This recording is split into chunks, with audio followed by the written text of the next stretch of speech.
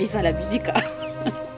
On ne conçoit pas du tout la vie sans le côté artistique qui apaise. Un instrument chez un musicien, c'est sa doublure, quoi. Il permet d'exprimer tout ce qu'on a à l'intérieur, il permet de communiquer avec les autres, d'entendre les autres. Et quand on a la chance d'avoir une dimension d'orchestre, ça apprend tout, dès le départ chez un enfant. Parce qu'il ne s'agit pas de jouer seul dans son coin, il s'agit d'entendre l'autre, de le respecter, d'être en harmonie avec lui. Et tout ça, c'est des valeurs qu'on doit avoir dans la société pour vivre dignement les uns avec les autres, quoi. J'ai rencontré mon mari, voilà, qui était dans la marine marchande, du coup ouvert sur l'extérieur.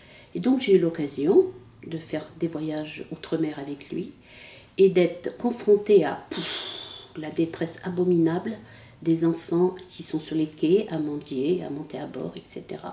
Quand ça vous arrive à 20 ans, ça bouleverse. Et on a fait le choix, je me rappelle très bien Saint-Domingue, évidemment d'avoir des enfants, mais d'en adopter, c'était naturel. Il y a 9 enfants, 3 biologiques et 6 adoptés. Gaël, Stéphane, Laurent, Marion, Sohila, Thomas, Dawa, Nawang et Tendoub.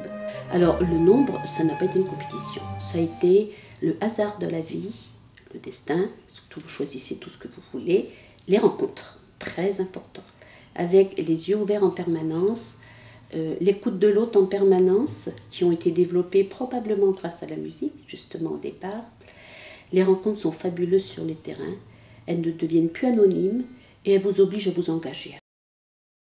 On a une famille nombreuse d'enfants biologiques, d'enfants adoptés, et il allait de soi qu'au fil du temps, on s'est dit, mais un enfant, c'est bien, et tout ce qui reste. Donc, c'est venu naturellement. Il y avait une obligation de soutenir localement tous ceux qui restaient. J'avais été amenée à voir le travail de grosses ONG, et je trouvais que ce qui n'allait pas, c'était le manque de personnalisation, justement. C'était la notion de masse, et pas d'individu. Je voulais une petite association, mais qui a grossi plus vite que je pensais. Je la voulais petite, de proximité ici, dans notre région rurale, pour sensibiliser les gens, pour leur permettre d'agir aussi, parce qu'ils sont passifs devant l'écran de télé et qu'il ne se passe pas forcément grand-chose dans nos campagnes. Donc leur donner l'opportunité de faire avec moi. Et puis là-bas, de s'adapter au terrain. Enfant après enfant, adulte après adulte. De faire un à un, c'est autant de vies sauvées. Eh bien, au bout de 20 ans cette année, ça fait des centaines et des centaines et des centaines de vies sauvées. Encore le fruit du hasard, je reçois un fax ici d'un chef d'orchestre qui me dit voilà, j'étais à Sarajevo, j'ai reconstruit l'orchestre de Sarajevo en pleine guerre. Je voudrais aujourd'hui poursuivre cette démarche humanitaire. Est-ce que vous seriez partante? Ouf, ce genre de truc qu'on reçoit jamais, quoi.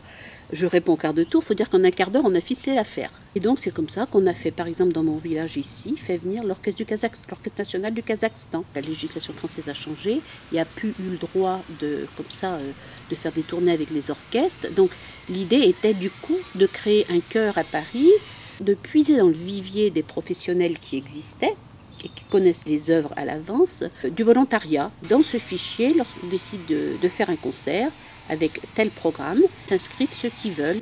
Et c'est un système qui fonctionne très bien parce que on redonne aussi du sens à cette musique symphonique. C'est vraiment l'histoire de Madame Tout-le-Monde. Hein.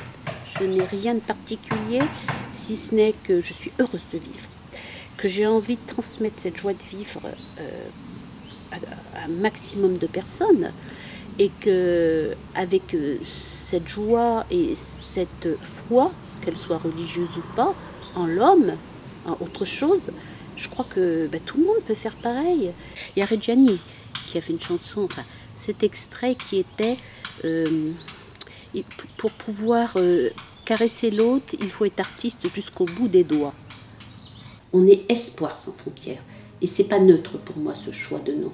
Si vous donnez de l'espoir aux gens, c'est un tremplin sur lequel ils vont pouvoir imaginer et construire quelque chose.